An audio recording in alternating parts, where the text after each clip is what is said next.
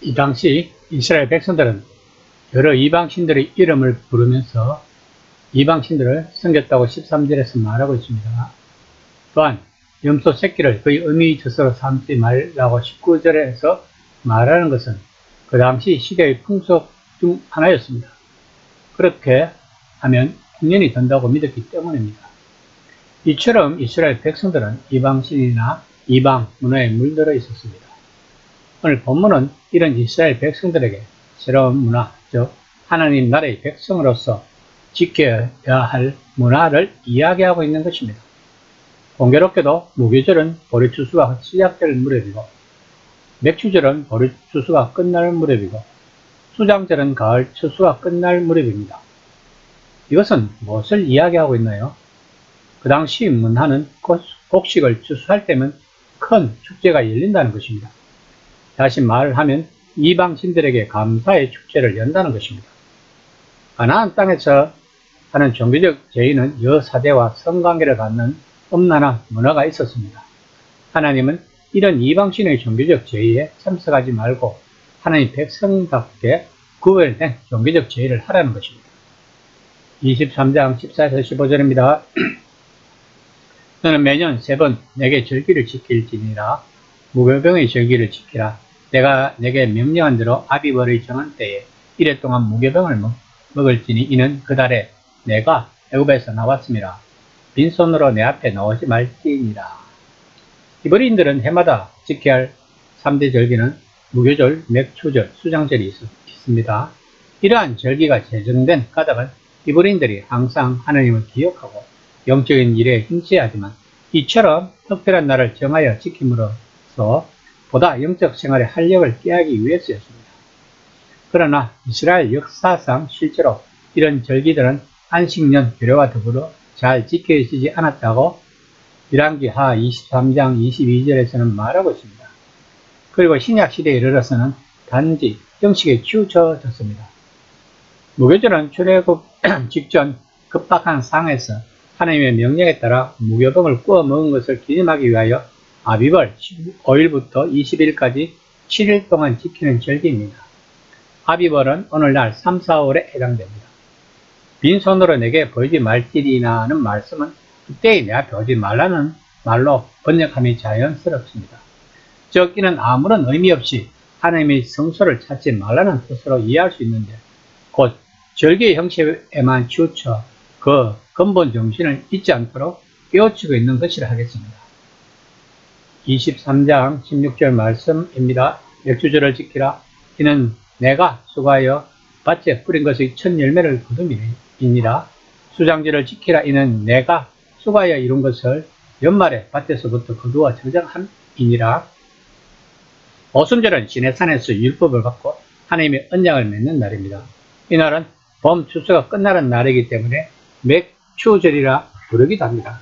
그러나 실제로는 하나님과 언약을 맺은 중요한 날입니다. 이날은 풍성한 영혼이 하나님 앞으로 추수된 날입니다. 또한 수장절은 강렬을 당할 때 그들이 물이 없어 죽어갈 때 하나님께서 반석을 쳐서 물이 나오게 하심으로써 그들을 살리셨던 것을 기념하는 날입니다.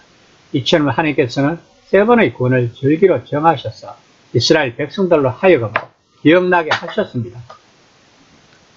23장 17절 말씀입니다. 내 모든 남자는 매년 3번씩 주 여호와께 보일지니라. 이스라엘의 인구에서 20세 이상의 모든 남자를 가리키는 말입니다. 그러나 절기에 여자와 아이들이 제외된 것은 아니고 모두 함께 참여할 수 있었다고 사무엘상 1장 3절에서 말하고 있습니다. 23장 18절 말씀입니다. 너는 내 제물의 피를 유교병에 함께 드리지 말며 내 절기 제물의 기름을 아침까지 남겨두지 말지니라. 본절은 유월절 제물에 대한 규례입니다. 따라서 여기서 희생의 피는 유월절 어린 양의 피를 가리킵니다. 그런데 이 피는 구속사적으로 그리스도의 보혈을 상징합니다. 성경에서 누룩은 종종 죄와 악을 상징한다고 마태복음 16장 6절에서 말하고 있습니다. 따라서 본 규례는 의미상 거룩한 것과 부정한 것을 함께 드리지 말라는 뜻으로 이해됩니다.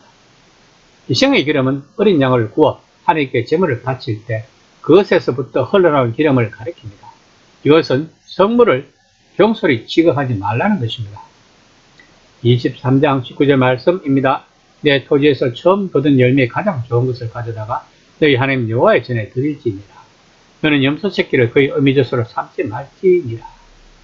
첫 열매는 앞으로 수확할 모든 소산물을 대표하는 것으로서 이것을 먼저 하나님의 재단에 바친 행위는 모든 소산물이 하나님의 것임을 의미하며 또한 하나님께 대하여 최선의 노력을 기울여야 함을 뜻한다고 신명기 6장 5절에서 말하고 있습니다.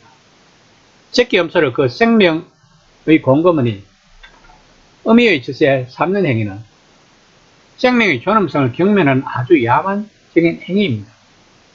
그런데 고대 가나안인들은 맛 있는 요리를 만들기 위한 목적으로 혹은 주술적인 목적으로 이런 잔인한 방법을 사용하였다고 합니다.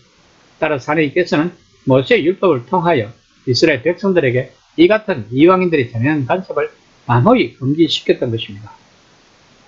만일 이스라엘 백성들이 이 같은 가나안의 사악한 습관을 받아들이면 그들 역시 점차로 가나안의 제약에 동화될 위험이 있다는 것입니다. 그러므로 홍교례 속에 깃들어 있는 율법의 정신은 일상생활의 세부적인 면까지도 사랑과 국률의 정신이 베풀어져야 한다는 것입니다. 하나님은 이스라엘 백성들이 그 당시 이방 민족들과 구별되는 것을 원하셨습니다. 이것이 거룩인 것입니다. 이방 문화를 받아들이지 말라고 강조하셨습니다. 그러나 실제로는 이스라엘이 가나안 땅을 정복하고 가나안 땅에 들어갔을 때 그들은 가나안 문화에 동화되었습니다. 왜냐하면 가나안 문화가 좋았으니까요. 로마서 6장 19절 말씀입니다. 너희가 너희 지체를 부정과 불법에 내주어 불법에 이른 것 같이 이제는 너희 지체를 의에게 종으로 내주어 거룩함이 일어나. 우리가 예수 그리스도 안에 있다고 해서 우리의 지체가 바뀐 것은 아닙니다. 우리의 지체는 죄의 종으로 있을 때 죄를 저질렀습니다. 그것도 적극적으로. 왜냐하면 좋으니까요. 그러면 우리가 구원을 받아 그리스도 안에 있을 때 어떻게 해야 하나요? 똑같이 적극적으로 하나님의 의를 따라야 한다는 것입니다. 이것이 우리가 해야 할 일입니다. 그러나 구약에서처럼 우리의 힘으로 하려고 하니 어렵다는 것을 알아야 합니다. 우리는 우리 안에 내재하고 계시는 성령 하나님께 의지하여 우리의 지체가 하나님의 의를 위하여 거룩한 자들이 되어야 한다는 것입니다. 그러기 위해서는 먼저 우리 자신을 알아야 합니다. 다시 말하면 우리 자신이 죄인에서 시작해야 한다는 것입니다. 이것이 산상수훈 팔복에서의 출발점인 것입니다. 우리들의 지체가 바뀌지 않았다는 것은 하나님께서 우리 개개인들이 달란트를 주셨다는 것입니다. 그러므로 우리는 하나님이 우리들에게 주신 달란트가 무엇인가를 찾아내어야 합니다. 쉽게 말하면 활동적인 사람이 예수님을 믿는다고 해서 조용하고 내성적인 사람으로 구태여 바꿀 필요가 없다는 것입니다. 각자의 개성을 살려서 하나님이 일을 하면 되는 것입니다. 예수 그리스도 안에 있다고 해서 다들 똑같은 방향으로 구별된 거룩이면 너무 인간적인 냄새가 나지 않고 기계적인 것이 아닐까 싶습니다. 이 시간에 하나님이 나에게 주신 달란트는 무엇일까? 그리고 그 달란트로 나는 하나님 나라에서 무엇을 할까 하는 생각을 해보는 시간이 되었으면 합니다.